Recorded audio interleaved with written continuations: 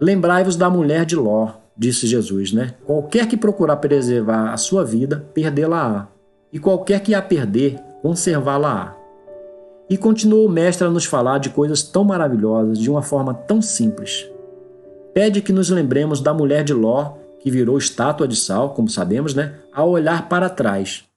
Nos traz também um lindo ensinamento e conselho. Qualquer que procurar preservar a sua vida, perdê-la-á. E qualquer que a perder, conservá-la-á. Ou seja, se procurarmos nos mantermos vivos, mas apegados às coisas deste mundo, nos perderemos para a vida eterna. Nos perderemos, certo?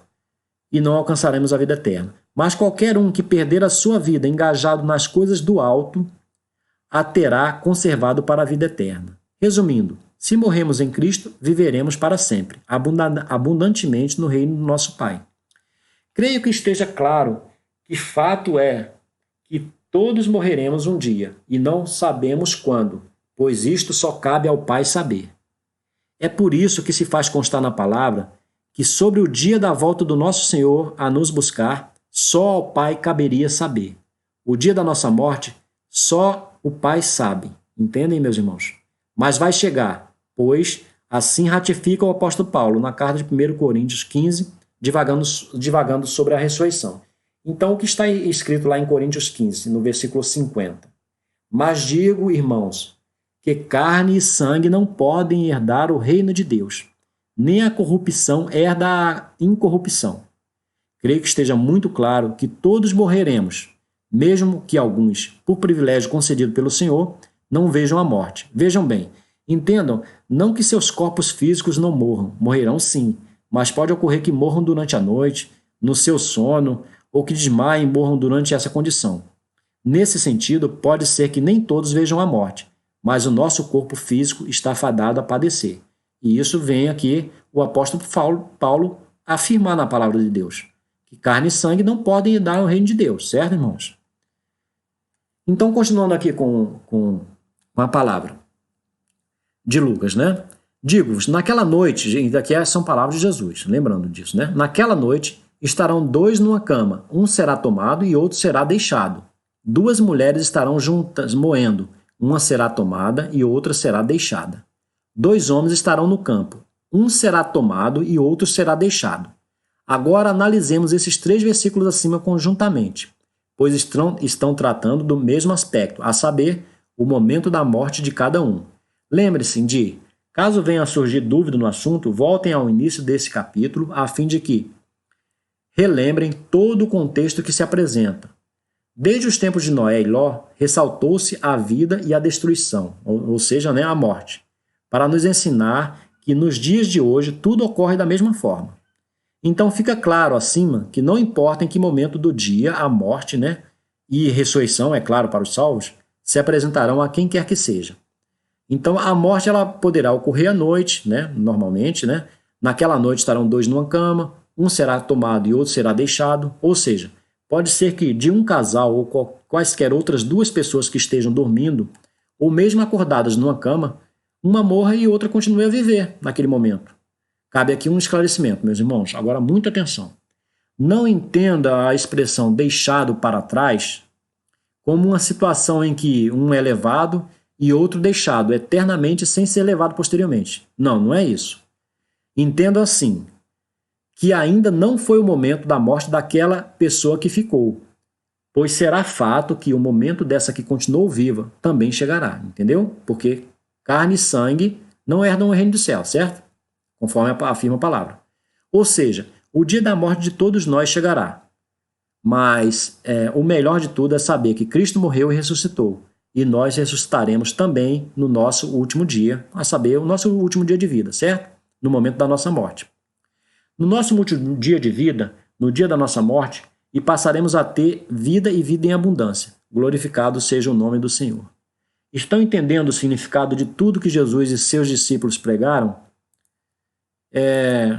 Eu espero, né, sinceramente, que sim, amados irmãos. Então, essa morte ela poderá ser em qualquer momento. É o que a palavra está dizendo ali. Não diferente disso, meus irmãos. Ok? Por exemplo, ele cita que duas mulheres estarão juntas moendo, que uma será tomada e a outra será deixada. Ou seja, Vocês sabem que pessoas morrem durante suas atividades laborais, né, do seu trabalho. Nas atividades do dia a dia, pode ser que uma morra e outra escape de um acidente ou mesmo morte súbita, ou consiga sobreviver a uma doença que naturalmente venha pela idade ou qualquer problema de saúde. Coisas de um corpo físico que adoece por consequência do nosso estado natural de pecado, né? O nosso corpo físico é corruptível, mas o espiritual será glorificado. Maravilhas, né? Glórias a Deus por isso. Então afirma o mestre também, 2 homens estarão no campo, um será tomado e outro será deixado. Porventura não é assim que ocorre, meus irmãos? Pessoas morrem no dia a dia, em casa, no seu local de trabalho, seja no campo de plantio, seja num escritório ou indo para lá, ou qualquer outro local possível que se frequente. Nesses versículos, a palavra fiel tudo abrangeu, entendeu? Creio que agora esteja tudo muito claro, certo, meus irmãos? Então, perguntaram-lhe, os discípulos perguntaram ao Senhor, né? Perguntaram-lhe, onde, Senhor? E respondeu-lhes, onde estiver o corpo, aí se ajuntarão as águias, certo? Vamos ler mais atenciosamente esse versículo, né? Perguntaram-lhe, onde, Senhor? E respondeu-lhe, onde estiver o corpo, aí se ajuntarão as águias, certo? E para finalizar sua explanação sobre o dia em que se haveria de manifestar o Filho do Homem, ou a vinda de Jesus no seu reino, o nosso Salvador deixou essas palavras que parece não nos deixar sombra de dúvidas. Muitos estudiosos da palavra até se referem a esse versículo bíblico como sendo um enigma, né, entre aspas aqui.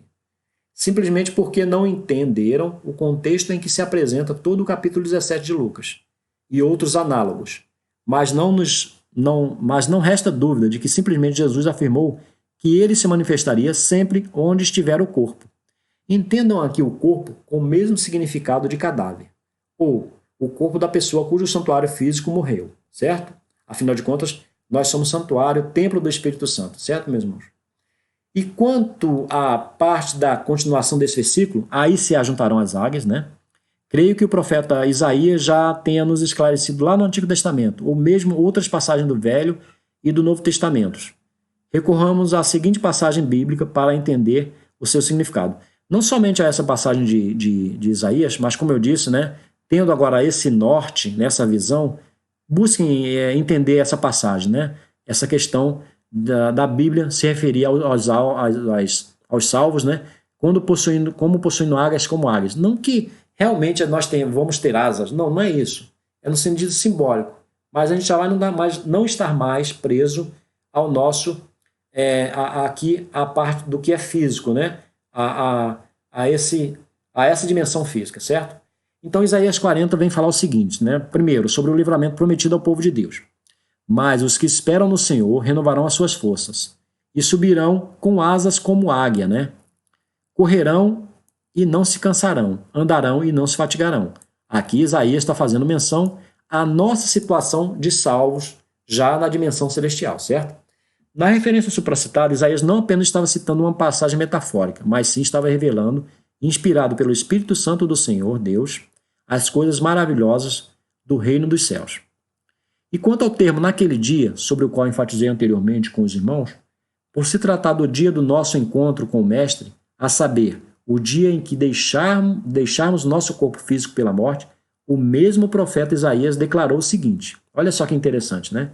Isaías 25, versículo 9. E naquele dia, entendam aqui, né? Naquele dia, na nossa morte, o dia em que Jesus se revelaria a nós, todos levantarão suas vozes para dizer, vede, este é o nosso Deus, nele esperávamos nós, certos de que nos salvaria. E de fato nos salvou. Este é Yahvé. Nós depositamos nele toda a nossa confiança. Exultemos e regozijemo-nos na sua magnífica salvação. Será isso que eu e você iremos declarar quando contemplarmos a salvação do Senhor naquele dia, no dia do nosso encontro com Ele, né?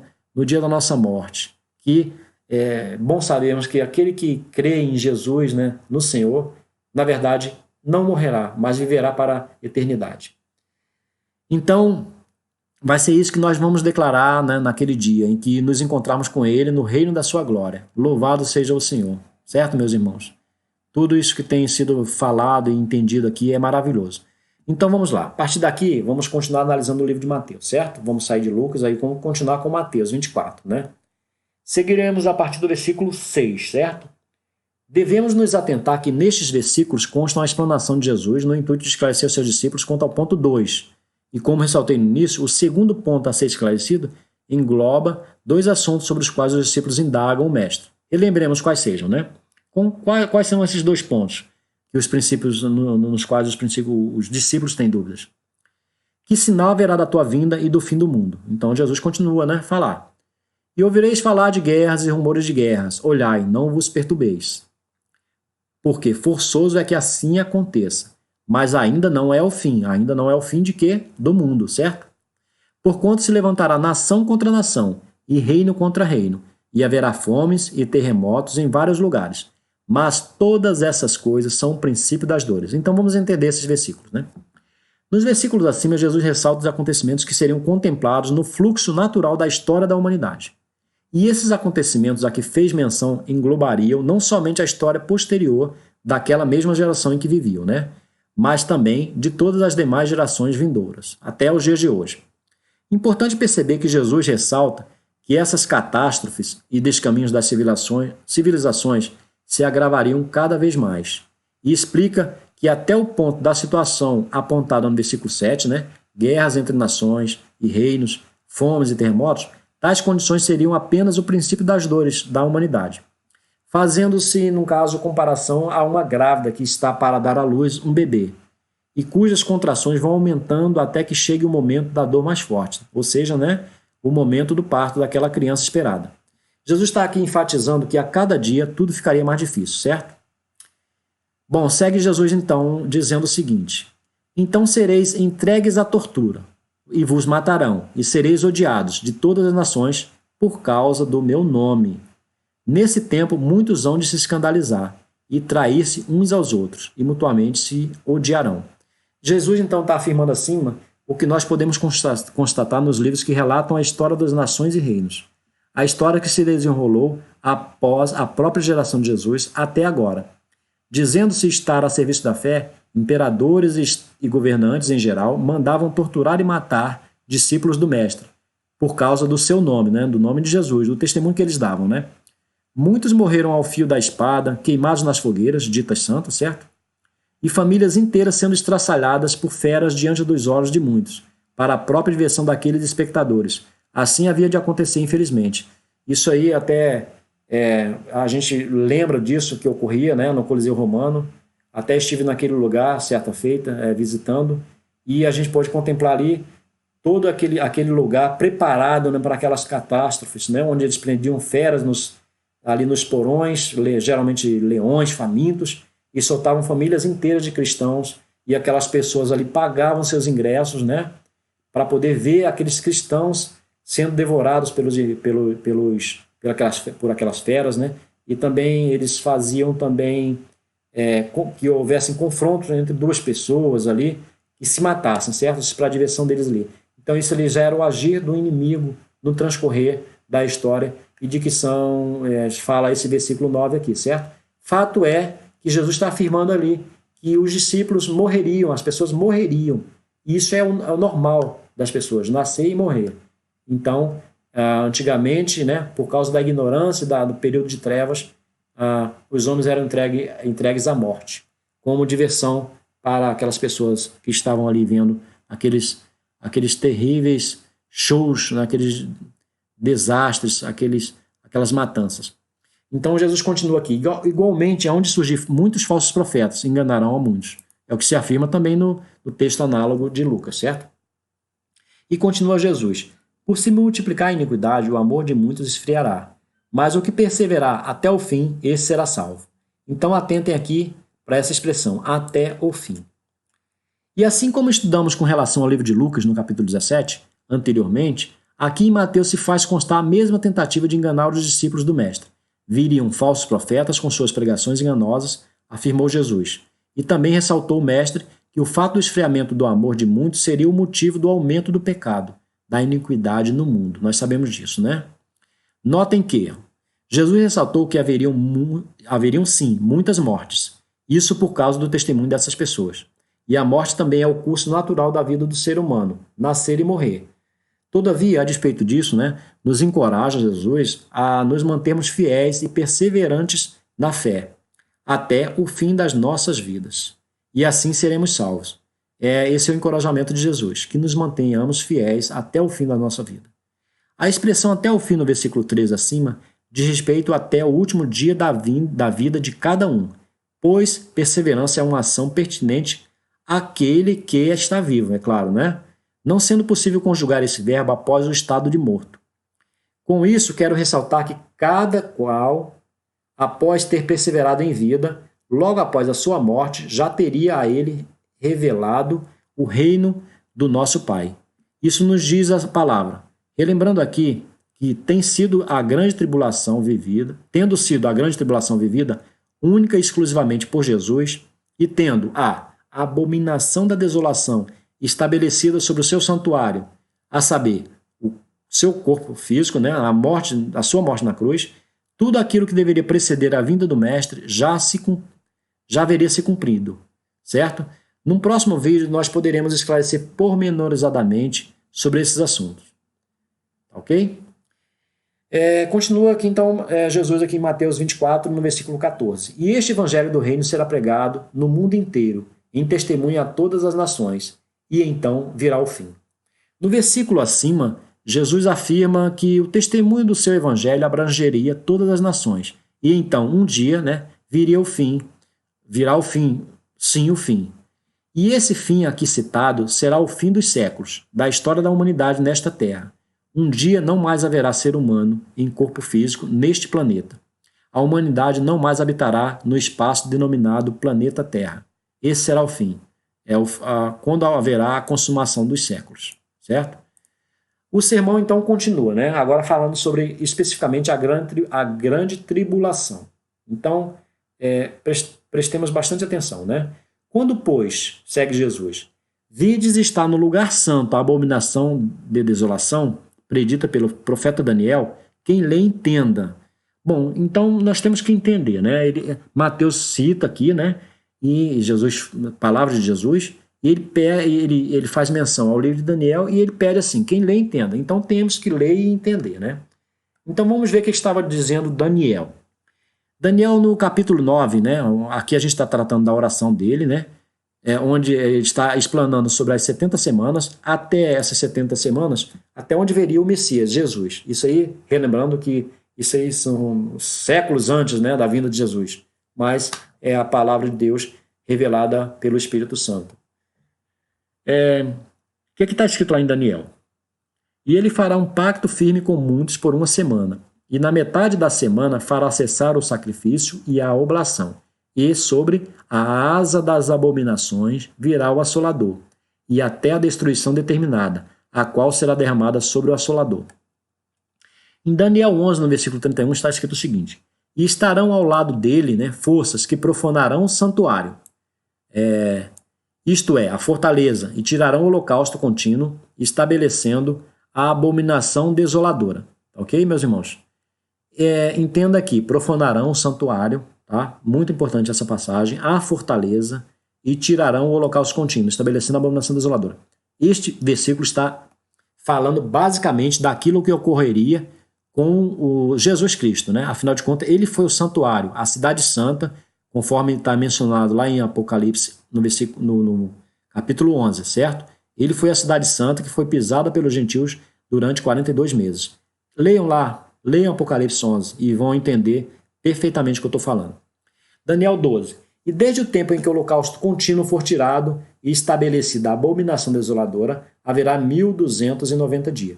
Aqui ele já está, Daniel sendo apontado a consumação, o estabelecimento do reino de Deus, certo? Prezados irmãos, darei seguimento ao nosso estudo 3 com o assunto da grande tribulação e da abominação desoladora, mas desde já eu gostaria de deixar bem claro qual é a minha visão sobre os assuntos acima. Visão esta que tenho apontado desde o início das minhas publicações, já nos vídeos do estudo 1, certo? No estudo 1, lá onde eu falo sobre o nascimento de Jesus, o ministério dele e sua morte, certo? E também no estudo 2, onde eu trato da cidade santa, que foi pisada pelos gentios por 42 meses, que eu afirmo mais uma vez, que foi o corpo de Jesus. Ele era o lugar santo, né? Que a Bíblia apontava ali, mediante o tabernáculo terrestre, que foi dado por Deus, né? Que fosse feito como modelo, né? Então, no versículo acima de Mateus 24, faz menção à abominação da desolação, de que falou o profeta Daniel, cujos versículos fiz constar também assim. Então, que fique claro que para a vinda do Senhor Jesus no seu reino, esses eventos teriam que acontecer, pois eles deveriam preceder o advento do Senhor para nós, na sua glória, certo? Como está escrito ali. Tanto a grande tribulação quanto a abominação da desolação foram fatos vividos pela pessoa de Jesus, no período do seu ministério. Pois, como já vimos no estudo 2, o corpo físico de Jesus foi o santuário profanado, que está referenciado em Daniel 11:31. Leiam Daniel 11:31. Estabelecendo-se assim a abominação desoladora. No estudo 2, falamos sobre a cidade santa, que os gentios pisaram por 42 meses, né? Está lá em Apocalipse 11. Jesus foi essa cidade santa, o santuário do Espírito Santo de Deus que estava entre nós. O grande sofrimento e as terríveis aflições pelas quais passou Jesus naquele período, né, caracterizaram a grande tribulação, que, diferentemente do que a esmagadora maioria das correntes teológicas disseminaram como verdade, não se tratam de eventos futuros a ocorrer com parte da população humana, mas sim que já ocorreram na geração de Jesus, isto é, com ele próprio.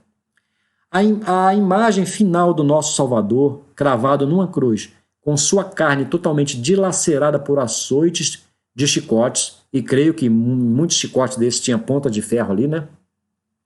E também toda aquela imagem de um corpo dilacerado, desfacelado pelos castigos que ele sofreu até aquele momento da sua crucificação, né?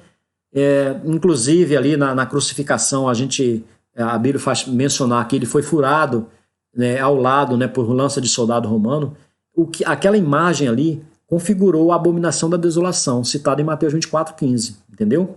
Não é um evento que ocorreria no futuro, como muitos pregam, né? Até uns dizendo que uma parte da humanidade vai passar por isso. Não.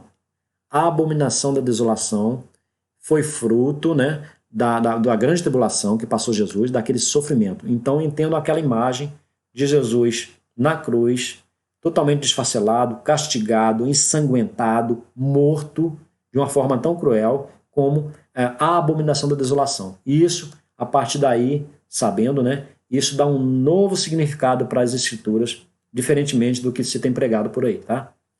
Então, aqui, essa abominação da desolação, ela foi citada em Mateus 24:15, e em cujo versículo se menciona a predição constante do livro de Daniel. Quem lê, entenda, entendeu?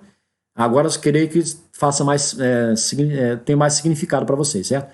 Recomendo então que vocês façam vocês mesmos uma leitura bastante atenciosa do livro de Daniel e irão constatar tudo que aqui estou lhes falando, certo? Então o sermão continua, a vinda do Filho do Homem, né? Então vamos esclarecer aqui sobre a vinda do Filho do Homem. Então Jesus afirma, logo depois da tribulação daqueles dias, certo? Então teria que haver a grande tribulação que Jesus viveu, escurecerá o sol e a lua não dará a sua luz. As estrelas cairão do céu e os poderes do céu serão abalados. Então, isso ocorreu naquele momento da morte de Jesus, certo? No campo espiritual. Então aparecerá no céu o sinal do Filho do Homem, e todas as tribos da terra se lamentarão, e verão vir o Filho do Homem sobre as nuvens do céu, com poder e grande glória. Então, vamos ver aqui. Por tudo que foi exposto, entendo estarem os meus argumentos com relação à vinda do reino de Deus, ou seja, a manifestação do Senhor Jesus no seu reino a nós, totalmente em conformidade com os respaldos bíblicos apresentados até aqui. Ressaltando principalmente a informação contida nos versículos 29 e 30 acima, onde foi afirmado que, logo depois da tribulação daqueles dias, ou seja, né, nos dias de Jesus, o qual passou ele próprio por esse evento da grande tribulação, né, apareceria no céu o sinal do Filho do Homem, então, o qual seria visto vir, e assim o foi, sobre as nuvens do céu, com poder e grande glória. Então, prestem bastante atenção nessa parte do versículo. Logo depois da tribulação daqueles dias. Certo?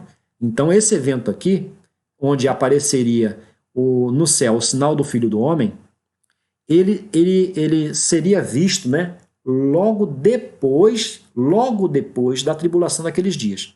Então, isso aqui respalda, né, o que tenho apresentado para vocês aqui, os meus argumentos. Para isso, vocês pesquisem a palavra e vão ver que eu estou certo, certo?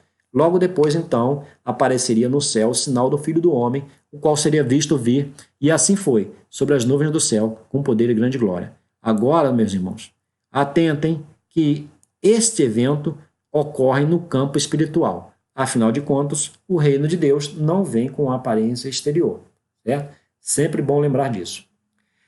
Os poderes dos céus foram abalados. Enxergou-se por parte dos salvos, de todos que já haviam morrido até imediatamente antes daquele grandioso evento, né? Ou seja, da grande tribulação, tudo aquilo para o que apontavam as Escrituras. Aqueles que tiveram fé, mesmo sem ver a salvação com seus olhos físicos, porque na verdade muitos morreram muito antes da vinda de Jesus, certo?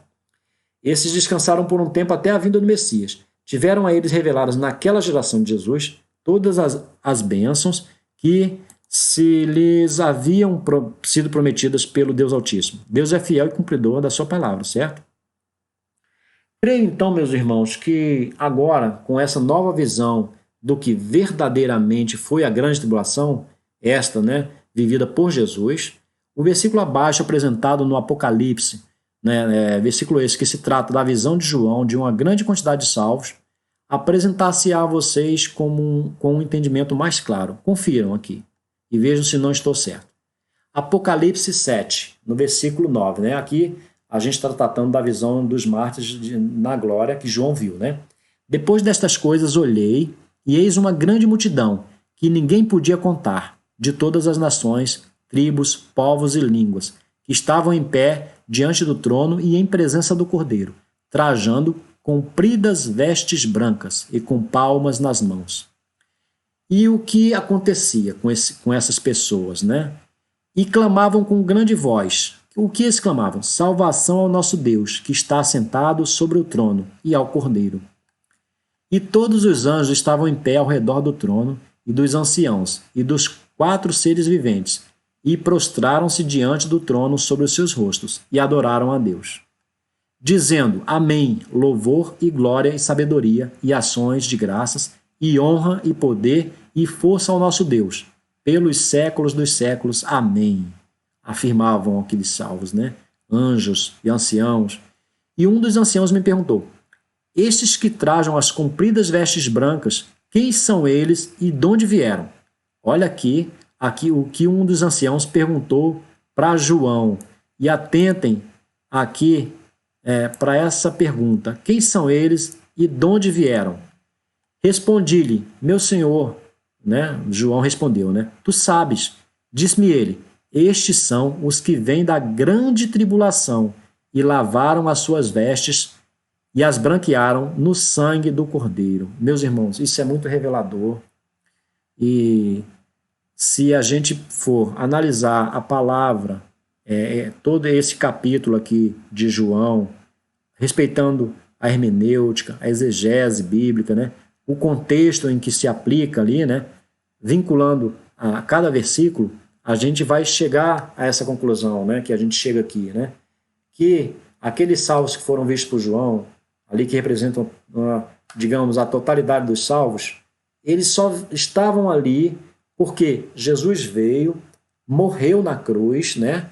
Verteu o seu sangue precioso, carmesim, e lavou as nossas vestes, ou seja, ele nos purificou, porque as nossas vestes brancas representam a justiça diante de Deus, e só o sangue de Jesus seria suficiente para nos lavar as nossas vestes, para que pudéssemos estar na presença do Deus na eternidade. Entenderam? Isso é maravilhoso. Leiam de novo essa passagem, leiam esses textos bíblicos que eu estou mencionando para vocês aqui, tá? Então, vejam nos 2 versos acima, irmãos, o verso 13 e o 14, é impressionante a clareza com que se nos é mostrado o fato de que aqueles que trajavam as compridas vestes brancas, certo? As tiveram branqueadas pelo poder do sangue do Cordeiro, exatamente durante a grande tribulação, certo? Então, creio que aqui estão argumentos incontestes de que aquele momento vivido por Jesus, né? Que momento? A grande tribulação. Tenha sido o grande divisor de águas na vida de todos os que acreditavam na sua vinda. Devemos dar a devida importância na interpretação desse versículo sobre o contexto que vincula a grande tribulação vivida por Jesus ao branqueamento das vestes daqueles que as trajavam, isto é, foi o sangue vertido por Jesus durante a sua grande tribulação o responsável por clarear as vestes dos justos. Certo, meus irmãos? E é o sangue de Jesus vertido na grande tribulação que ele viveu, não uma grande tribulação que nós mesmos viveremos, ou uma geração futura, não. Foi o sangue de Jesus. Jesus viveu a grande tribulação. De uma vez por todas, que isso esteja muito claro. Sigamos aqui, então, na passagem de João. Por isso estão diante do trono de Deus e o servem de dia e de noite no seu santuário. E aquele que está assentado sobre o trono estenderá o seu tabernáculo sobre ele. Então vejam aqui que eles já estavam ali diante de Deus, no seu santuário, ou seja, aquelas pessoas vistas já estavam no santuário de Deus, certo? O que foi mostrado para João ali, na verdade, já foi uma visão dos céus, não uma visão do que aconteceria no futuro. Isso esteja bem claro, ok, irmãos? Nunca mais terão fome essas pessoas, né? Nunca mais terão sede, nem cairá sobre eles o sol, nem calor algum, porque o Cordeiro que está no meio, diante do trono, os apacentará e os conduzirá às fontes das águas da vida. E Deus lhes enxugará dos olhos toda a lágrima. Então, meus irmãos, que você tenha essa palavra como uma palavra de conforto, de encorajamento, caso você já tenha algum parente que morreu em Cristo, pela misericórdia e poder de Deus, já estão lá diante do Pai. Não tenha dúvida disso. Não tenha dúvida disso. Não é coisa para o futuro. Nós morremos e ressuscitamos já, porque tudo já foi feito. Jesus já morreu, já passou pela grande tribulação, já foi estabelecida a abominação da desolação, aquela cena horrível, o que de mais cruel poderia ter sido feito para profanar o santuário de Deus, que foi o corpo físico de Jesus. Então, irmãos, um dia nos encontraremos com os nossos entes queridos que já partiram e estão lá diante de Deus, que não tem mais fome, não tem mais calor, não tem sede, que vivem num lugar de paz, amor, justiça, alegria no Espírito Santo. Essa é a nossa esperança e nós um dia estaremos lá no nome santo de Jesus. Cremos nisso. Então, naquela geração, nos tempos de Jesus e após a sua ressurreição, foram ressuscitados todos os profetas e servos de Deus que já haviam sido mortos. Inclusive, é claro, né, o profeta Daniel, que estava aguardando o seu quinhão, conforme se fez constar no livro das suas profecias. Bom destacar que antes da vinda do Messias, irmãos, então preste atenção aqui, antes da vinda do Messias, para cumprir o seu ministério, o qual culminou na sua morte e ressurreição, nenhuma pessoa havia ainda ressuscitado dentre os mortos. Pois foi Jesus, Cristo, né? Ele foi a primícia dentre os mortos, né? Dentre aqueles que dormiam, ele foi a primícia. Ele ressuscitou primeiro. E a partir dele, aqueles que estavam mortos ressuscitaram. E hoje em dia, cada um de nós que morre, imediatamente somos arrebatados, sugados com violência para os céus, para estar juntamente com o Senhor e todos os anjos e todos os seres celestes no reino de Deus, que na verdade, que está dentro de nós e em todo lugar. Afinal de contas, esse é um dos atributos de Deus, né? A onipresença. Foi ele quem nos abriu, Jesus, né? Quem nos abriu essa porta aos céus. Isto explica todo o discurso constante do Antigo Testamento, uma vez que naquela velha aliança ainda não ocorria a ressurreição, como nos dias que sucederam a ressurreição do nosso Salvador.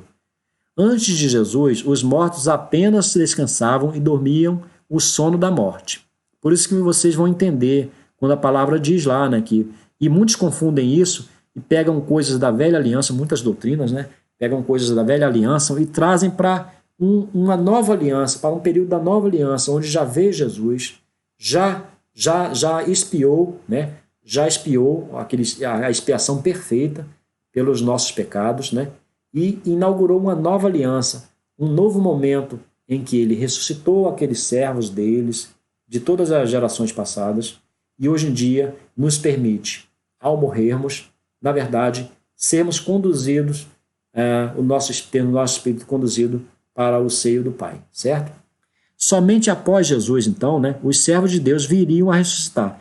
Primeiro ocorreu a ressurreição em massa, nos dias posteriores à grande tribulação e ressurreição de Jesus. Tanto é que eu enfatizei bem o versículo lá em cima, que diz que seria logo após a tribulação daqueles dias, certo? E após esse grandiosíssimo evento, assim como hoje em dia ocorre instantaneamente com os que vão partindo, certo?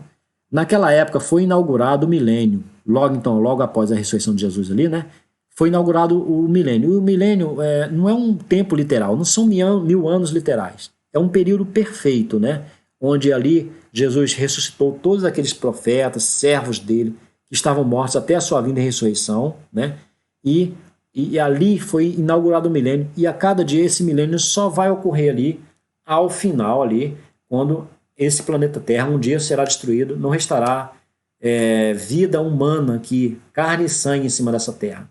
Afinal de contas, o pecado um dia tem que acabar, certo? E a partir daquele momento, daquela ressurreição em massa, a cada dia, cada um de nós, dos que morremos, iremos sendo ajuntados àqueles entre nuvens, a chegar na dimensão celestial, no reino do nosso Deus. Aplicando-se então assim, irmãos, tudo o que foi mostrado aos irmãos desde o início deste estudo, a saber, o nosso arrebatamento, mediante a morte, de cada um que crê e serve a Deus por ter acreditado nas promessas do Senhor Jesus. Breve ele vem, breve Jesus virá, no nosso tempo, no tempo reservado para nós, no tempo da nossa morte, certo? Nos aprofundaremos melhor posteriormente nos tópicos a grande tribulação e a abominação da desolação. Esse é um tema muito, não diria complexo, mas que exige bastante tempo para que a gente estude e pegue todos os versículos bíblicos ali, pelo menos uma grande maioria, que nos esclareça melhor isso, certo?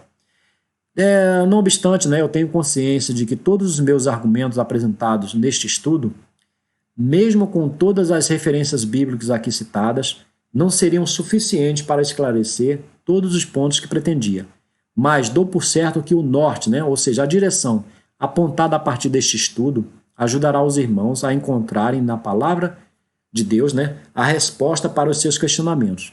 Creio que o fato de sabermos situar no tempo eventos como a grande tribulação e a abominação da desolação, eventos estes, afirmo aqui, volto a afirmar, eventos estes vividos e consubstanciados na pessoa do próprio Jesus, servirá como uma nova bússola a guiar o estudioso da palavra.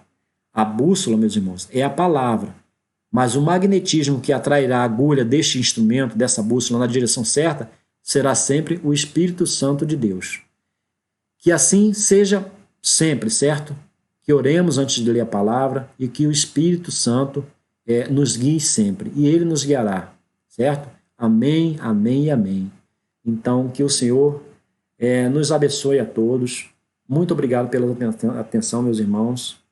Espero que tenham compreendido aquilo que procurei passar e recomendo. Busquem na palavra a resposta para as suas dúvidas. Fiquem com Deus. Deus é maravilhoso. O Senhor é maravilhoso.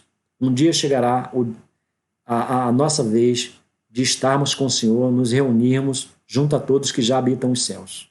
Glorificado seja o nome do Senhor, para sempre e sempre.